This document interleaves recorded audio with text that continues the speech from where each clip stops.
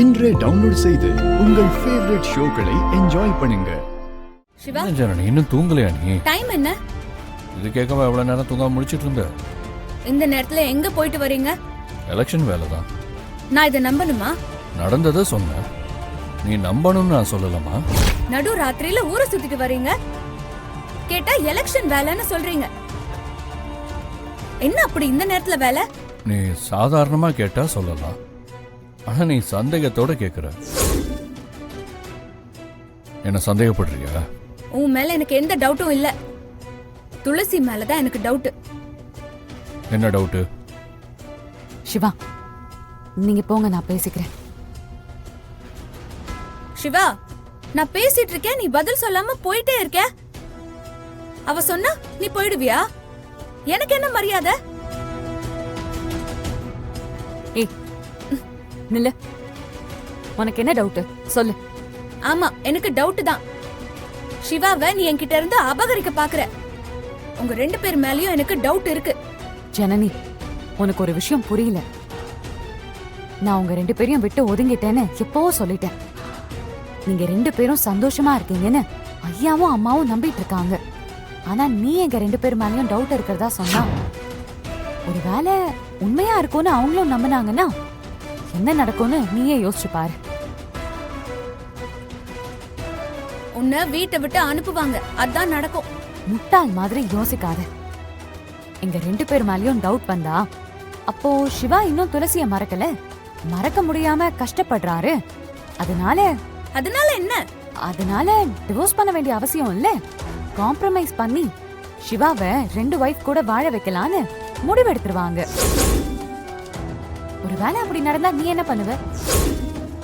தொடர்ந்து டவுட் பட்டாலோ இல்ல டவுட் இருக்கிறதா மத்தவங்களுக்கு சொன்னாலோ உன் கூட இருக்கிற டீமே இத பெருசு பண்ணிடுவாங்க. பெருசு பண்ணி பக்காவா ஸ்கெட்ச் போட்டு உன்னையும் என்னையும் அனுப்பிட்டு சிவா லைஃப்குள்ள ரம்யா வந்துடுவான். உன்னோட டவுட் உனக்கு நல்லது இல்ல. இதுக்கு மேலயும் நீ சிவா கிட்ட சண்டை போடுறதா வேண்டாமான்னு நீ தான் முடிவெடுக்கணும். புரியுதா? Good night. என்னாச்சு? புதுசா இருக்கு. துளசி ஏதாவது சொன்னாங்களா? இப்போ எதுக்கு துளசிய பத்தி பேசிக்கிட்டு? உன் மேலலாம் எனக்கு டவுட் எல்லாம் இல்ல, சும்மா நடிச்சேன். நீ நடிக்கிறேன்னு எனக்கு நல்லாவே தெரியுது. அப்படியா? நான் நடிச்சது உனக்கு தெரிஞ்சிருச்சா? ஐ லவ் யூ. நிஜமாவா? என்ன ஐ லவ் யூ டூன்னு சொல்லாம கிண்டல் பண்ற? Okay, I love you two.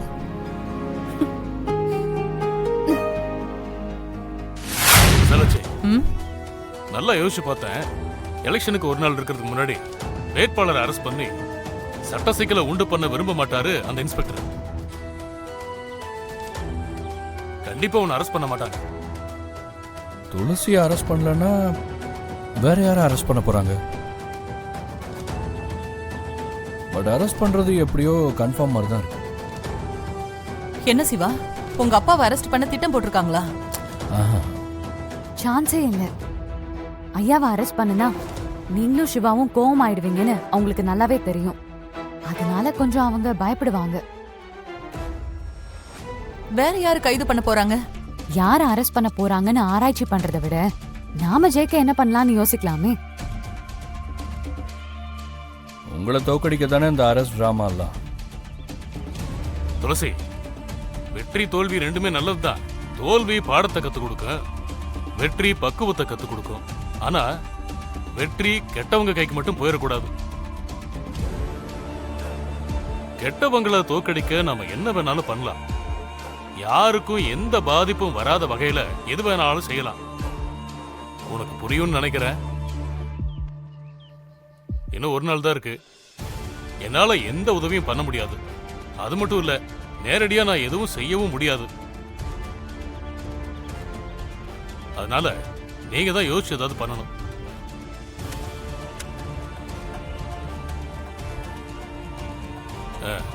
இத பாருங்க, மறுபடியும் சொல்றேன், கெட்டவங்க ஜெயிக்க கூடாது.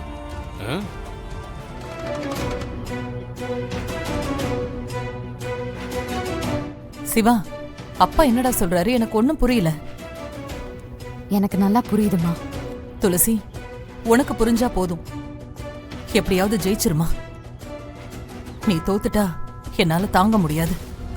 என்ன துளசி, என்ன யோசிக்கிற? மறுபடியும் மேகலை அம்பல குடும்பத்துக்குள்ள வரக்கூடாது. அதுதான் எனக்கும் பயமா இருக்கு. அந்த மேகலை ஏதோ பிளான் பண்றாங்க.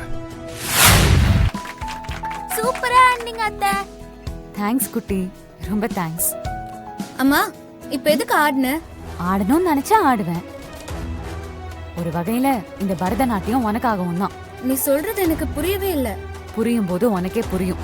ஏய், என்ன ஆச்சு உனக்கு? ஏன் நல்லா இல்லையா? காரணம் இல்லாம ஆடுவேனா?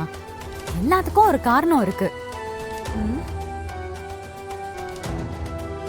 பரதநாட்டியம் பல வகைப்படும். அதுல இதுவும் ஒரு வகை. ஓ,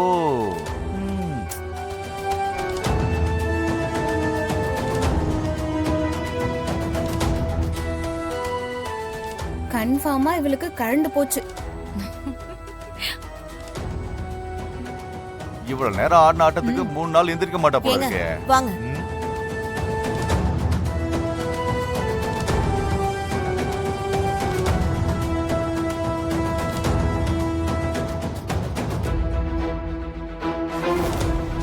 கூப்பிட்டீங்களா மாமா? நாளைக்கு எலெக்ஷனு, அதனால பூத்துல எந்த பிரச்சனையும் வராம பாத்துக்கங்க. ம். போட்டி போடுற 2 பேருமே நம்ம குடும்பம் தான். ஆ, ஊருக்கு மத்தியில அடிச்சுக்கிட்டா நாளைக்கு நம்ம குடும்பத்துக்கு தான் அசிங்கமாயிடும். ஆமா. இது பாருங்க, தப்பா எதுவும் பண்ணிடாதீங்க. ஆ, அண்ணே, மேலதாளம் வெடிக்கெல்லாம் ஏற்பாடு பண்ணுங்கண்ணே. இப்போதுக்கு ஓட்டு எண்ணும் போது ஏற்பாடு பண்ணிடலாம். பத்மா, போய் நிம்மதியா தூங்கு. வெற்றி தோல்வி சகஜம், அத நினைச்சு யாரும் பயப்பட வேணாம்.